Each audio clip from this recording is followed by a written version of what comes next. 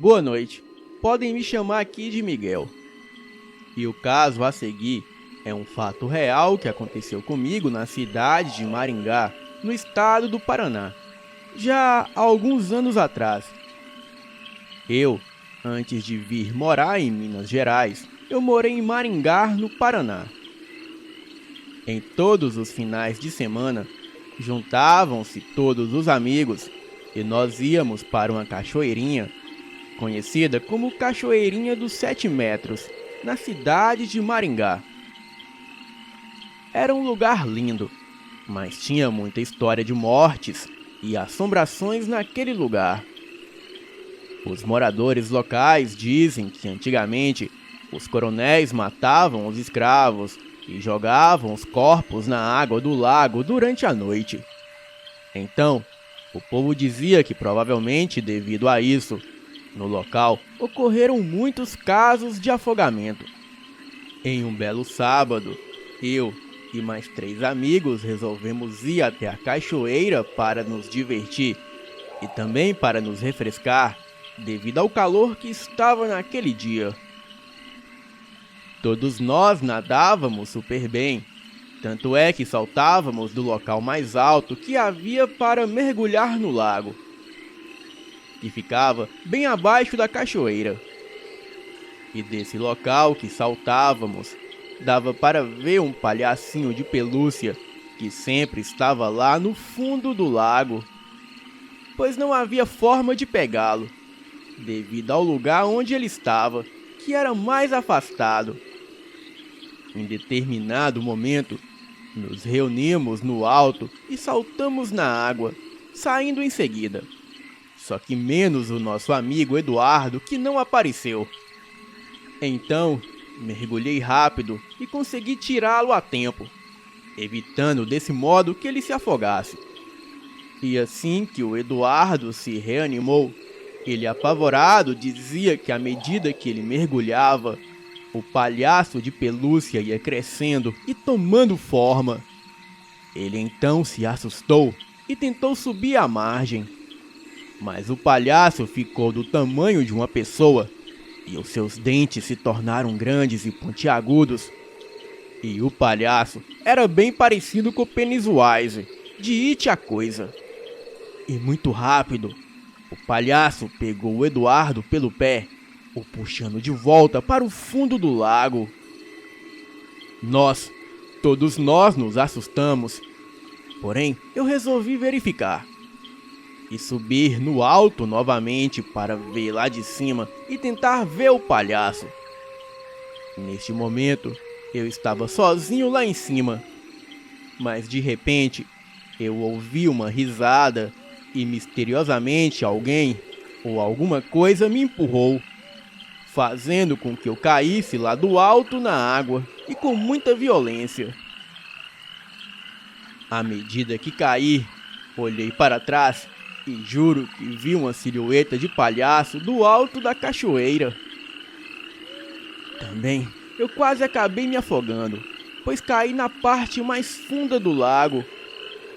E depois disso tudo saímos dali correndo e não voltamos mais lá. Passados 15 dias, 2 vizinhos nossos que eram irmãos morreram no lago da cachoeira.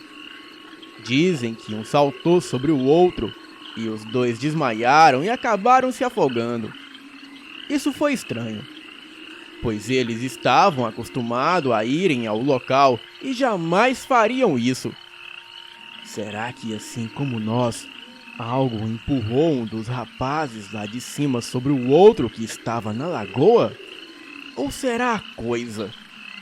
Nós nunca soubemos o que realmente aconteceu, mas nunca mais voltamos naquele local para ver o que realmente havia por lá.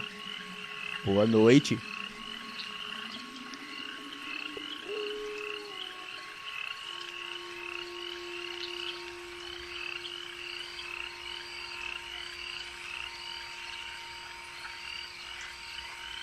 O que é lenda e o que é realidade? Não é porque não se acredita em algo que aquilo não exista, principalmente se fizer parte do sobrenatural. Olá, Me chamo Matheus. Sempre que ouço falar em fenômenos sobrenaturais, é inevitável não me lembrar do dia em que me deparei com uma lenda aqui na cidade onde moro. Talvez eu até possa considerar isso como um privilégio, mas confesso que me deparar com um corpo seco não foi muito agradável. Foi num sábado, na verdade, no primeiro sábado de Quaresma. Na cidade onde moro, existe uma mata chamada Mata da Câmara. Um excelente lugar para fazer trilhas a pé, explorar a natureza. Ainda que hoje em dia esse lugar tenha sido aparentemente abandonado pelas autoridades locais. O meu pai e eu estávamos procurando espécies de orquídeas, mais precisamente aquelas amarelinhas que crescem nos troncos das árvores, também conhecidas como parasitas. Eram quase 11 horas. O sol estava forte, mas dentro da mata a impressão é que eram umas 18 horas. A névoa que se abrigava nos lugares mais remotos era tão densa que a visibilidade era quase zero. E por isso resolvemos não sair da trilha. Havíamos caminhado já por uma meia hora e nada de achar as parasitas. Decidimos ir embora e tomar um sorvete, pois o calor era intenso. Porém, totalmente contraditório com o calor que fazia. Pois era a neblina que se tornava cada vez mais intensa. E quando percebi, não tinha mais a visão do meu amigo, e nem a do meu pai à minha frente. Chamei por eles, mas não me responderam. Achei que estavam de brincadeira e continuei caminhando. Comecei a sentir um cheiro muito forte de carniça, e parecia que tinha um boi morto bem na minha frente. Chegava a ser insuportável. E de repente um barulho sobre as árvores me fez perceber de que havia algo a mais naquele lugar. Parecia haver alguma criatura saltando de árvore em árvore. Eu somente conseguia ver o vulto passando sobre a minha cabeça de um lado para o outro. Decidi apertar o passo, em sinal do meu pai e do meu amigo. Aquele cheiro de carne podre já estava me dando enjoo. E foi quando ouvi como se alguém pulasse sobre as folhas secas no chão, atrás de mim. Senti um arrepio agudo subir pela minha espinha até atrás dos ouvidos. E num súbito momento de coragem, eu me virei para trás e pude ver a uns 5 metros de mim uma figura humanoide, com mais ou menos 2 metros de altura. Andava meio curvado em minha direção a passos lentos. A face era desfigurada, assim como todo o seu corpo, e extremamente magro. E o odor insuportável era ele quem exalava. Os seus olhos não possuíam vida alguma, mas continham uma maldade assustadora. Fiquei meio que paralisado por uns 5 segundos, que mais pareceram 5 horas. E foi quando meu pai me chamou bem atrás de mim. Olhei para trás e pude ver o meu pai e o meu amigo correndo em minha direção. E quando me voltei para o outro lado, a criatura lentamente estava desaparecendo em meio à densa neblina, caminhando lentamente. E quando meu pai chegou até a mim, ainda pude perceber também aquele cheiro horrível que eu senti, comprovando a mim mesmo que não se tratava de uma alucinação. Contei todo o fato a ele e decidimos ir embora na mesma hora.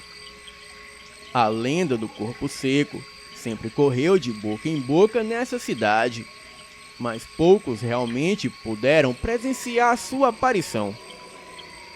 E este é um fato que jamais vou esquecer por toda a minha vida. Boa noite.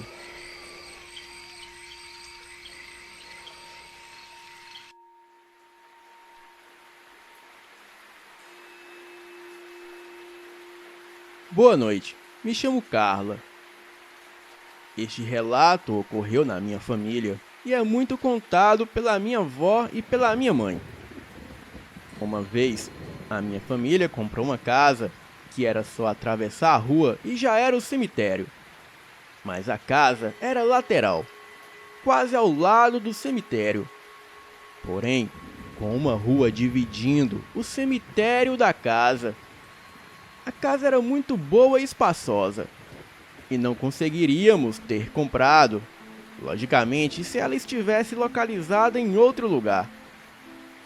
Porque claro que valeria bem mais em qualquer outro local. Um dia, a minha mãe, a minha tia e a minha avó estavam distraídas olhando para uma das janelas laterais da casa, que dava justamente vista para o cemitério. E ficaram ali conversando e observando um cortejo de várias pessoas. E ficaram então acompanhando aquele cortejo. E as pessoas iam andando lentamente.